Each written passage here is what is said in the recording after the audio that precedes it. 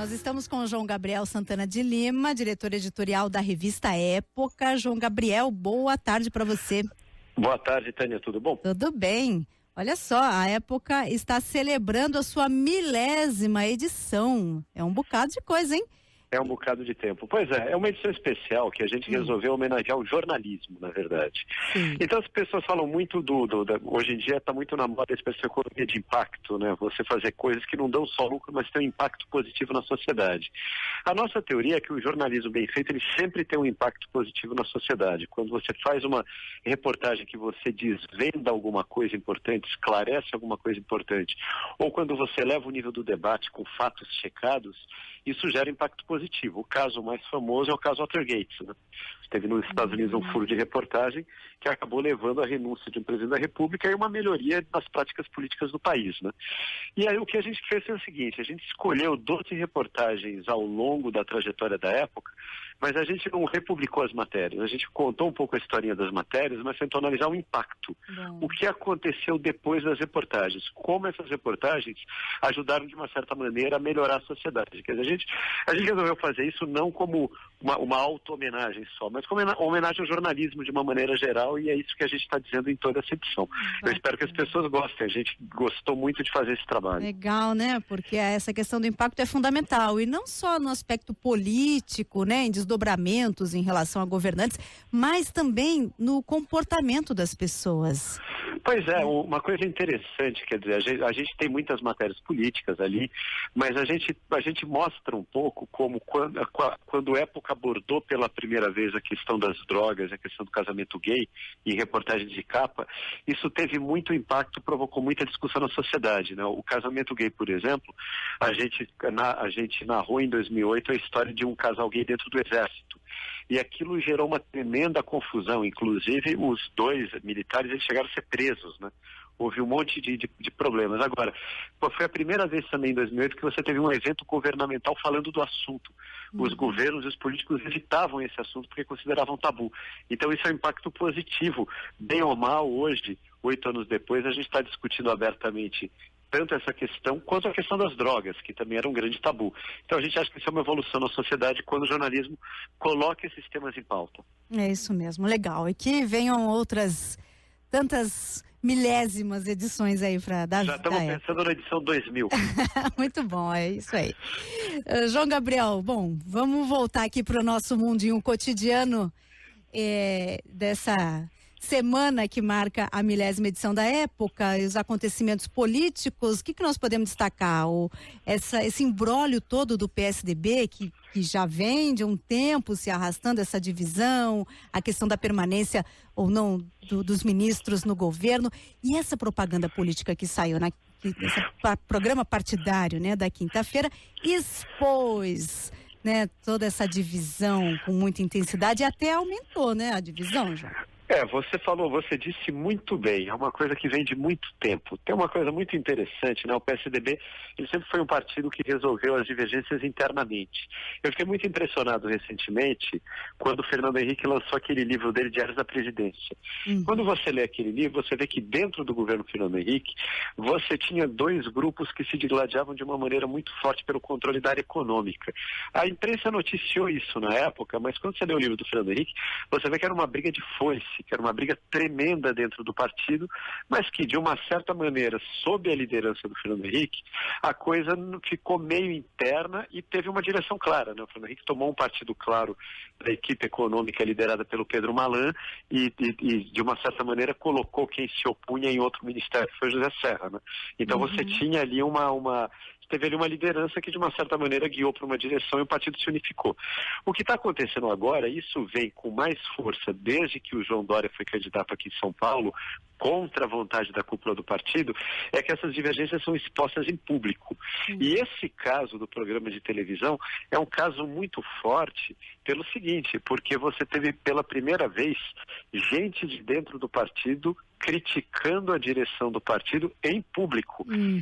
Então a gente viu ali o Antônio Embaçaí, a gente viu a Aloysio Nunes Ferreira com palavras muito duras, falando em on para jornais, para televisão, para vários lugares. Então, é uma divergência em público, é uma divergência muito forte. Como eu vejo isso, acho que tem dois lados aí. É normal que os partidos tenham divergências, e é até saudável que um partido parecer meio morto, como o PSDB, tenha essa vibração. Agora, por outro lado, que eu acho que a segunda coisa que é muito fundamental a gente pensar agora ok, há divergência, mas para que lado o partido vai? Pois é isso que o eleitor do PSDB quer saber. O PSDB é governo ou não é governo? O PSDB apoia o Temer ou é crítico ao Temer? A única coisa que o PSDB disse de positivo nessa propaganda é que o partido é parlamentarista. Isso passou meio batido, porque está todo mundo comentando outra coisa, né? Coisa do presidencialismo de cooptação, que foi uma frase que o Fernando Henrique, que agora se sabe, pediu para botar no programa, e os tucanos que estão no governo se sentiram ofendidos, né? Claro. Porque eles teriam sido cooptados ali pelo governo Temer. Mas o que o eleitor quer saber é isso. O PSDB, bem ou mal, foi um partido que teve uma votação enorme aí na última eleição presidencial, chegou muito perto da eleição da presidente Dilma Rousseff, que acabou ganhando, né? Mas tem muito eleitor. Esse eleitor quer saber se esse partido é contra ou a favor do governo Temer, condena de forma veemente ou não a corrupção, para onde vai esse partido. É importante que o PSDB decida, se posicione, para usar o chavão desça do muro, antes das próximas eleições. Pois é. E, bom, essa autocrítica comandada pelo presidente interino, Tasso Gereissati, que talvez deixe a presidência. Será que essa saída dele não pode sinalizar para que lado o PSDB vai apontar? Isso é bem interessante e bem positivo. Quer dizer, se ele realmente sair, você tem uma ala vitoriosa dentro do partido, que é essa ala governista. Aí o eleitor do PSDB vai saber que o PSDB, de um lado, ele está no governo Temer, para o bem ou para o mal, e de uma certa maneira é menos crítico do que parecia em relação a toda a corrupção dentro do governo Temer. Então essa é uma saída. Agora, o Tasso, de outra maneira, o Tasso e o Fernando Henrique, que parece estar do lado do Tasso, né, nesse momento, eles estão muito próximos muito mais próximos de alguns valores originais do partido. Isso você vê dentro da propaganda eleitoral, o próprio parlamentarismo. Então, talvez se o PSDB ficasse do lado do Tasso, você teria um PSDB mais fundamentalista e mais autocrítico, né? O PSDB fora do âmbito do Tasso, ou mudando o partido, é um PSDB que, de uma certa maneira, adere a esse PMDB do Temer. É de se perguntar se isso é bom para o partido. Pois é, do ponto de vista eleitoral, né? A gente teve o país inteiro tomando as ruas contra a corrupção, né? Agora você vê o governo Temer mergulhado em vários escândalos de corrupção. É bom abraçar um governo que tem tantos integrantes envolvidos com corrupção. Eu acho que uma grande parte do eleitor do PSDB que foi às ruas acha que não. É que o PSDB alega que está com o governo em nome das reformas. Exatamente, isso é uma coisa interessante. Agora, o PSDB, ele precisaria ter ministérios dentro do governo Temer para defender as reformas. As reformas, elas estão lá no Congresso. Né? Então, de uma certa maneira, se o PSDB sai, isso é a postura defendida pelo Tasso, né? pela turma do Tasso. O PSDB poderia sair do governo, quando vem as reformas, vai lá, vota a favor das reformas.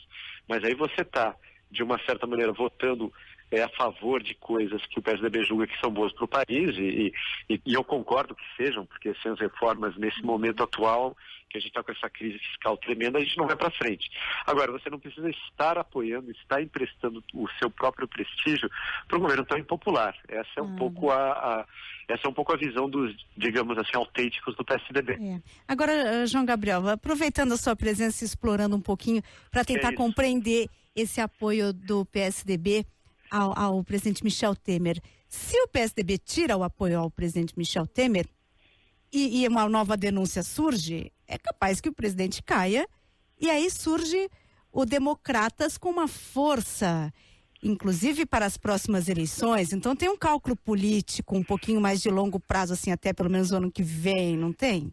Tem esse cálculo. Então, isso que você falou é muito interessante. A gente deu uma reportagem grande, uma reportagem de 8 páginas sobre esse assunto, faz uns 2 meses, quando começou a ficar muito forte essa divisão no PSDB. É engraçado que A gente até botava a ilustração, era um tucano no meio de um ninho com vários pássaros PMDBistas, né? Era uma ilustração engraçada. E os tucanos que defendiam a permanência do partido no governo falavam exatamente isso, que achavam que o PSDB era muito importante para que o governo Temer continuasse até o final e que se o governo Temer caísse, você fortalecia um político ou uma força política, que é o DEM, que poderia rivalizar com o PSDB lá na frente. Existe sim um cálculo político e existe também dentro desse cálculo político uma aposta de que o governo Temer pode sim melhorar a economia, pode chegar lá na frente melhor do que está até agora, e isso pode ajudar um candidato do PSDB que apareça como um candidato governista, né? Porque hoje você tem a esquerda e a direita posturas radicais e oposicionistas, né? O Lula de um lado e o Bolsonaro do outro. Então, quem representaria uma postura mais de centro e uma postura mais alinhada com o governo? O PSDB pode ter essa oportunidade na próxima eleição de apoiar esse governo, e se o governo der certo, se o governo conseguir aprovar as reformas, se o governo conseguir mostrar que está tirando o país da crise. Essa é a aposta dos tucanos no governo. É isso. Legal, João Gabriel, muito obrigada, viu? E parabéns pelas 1000 edições da revista Época. Muito obrigado.